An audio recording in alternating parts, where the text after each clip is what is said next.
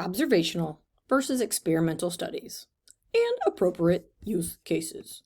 So first, there are two primary ways to collect data, right? We can do so via observation or via experiment, and it really depends on what you're doing and what you're trying to find.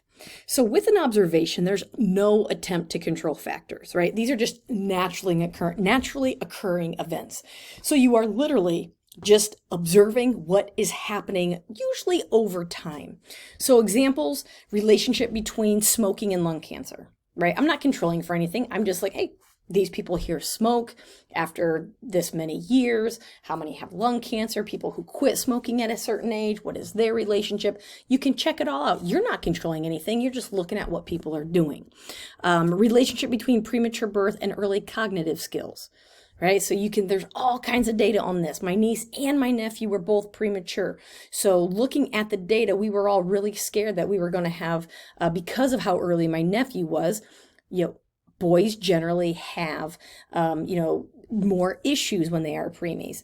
And so all of these different relationships, right? These are naturally occurring things that we can look at. Now, looking at the experiment side, this is where we're actually trying to control one or more factors, right? So thinking about those who have high cholesterol, we give them a pill, right? We're controlling that to try to see, does this impact their overall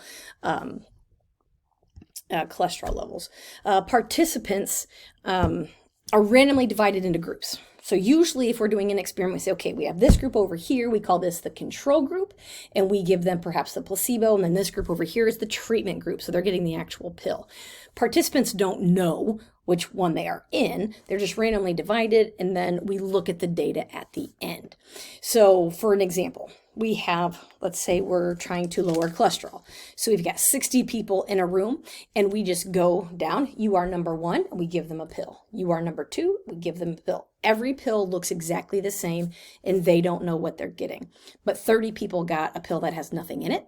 It would be the control pill, that's a placebo, and the other 30 would get the actual experimental drug. They are the treatment group, and then at the end, we look at all of these 60 people, and we track their cholesterol to see how has it changed over the course of that experiment. So the really big thing is that with an experiment, we are controlling something to see how it impacts a different variable, whereas with an observation, you're just seeing what happens without controlling anything.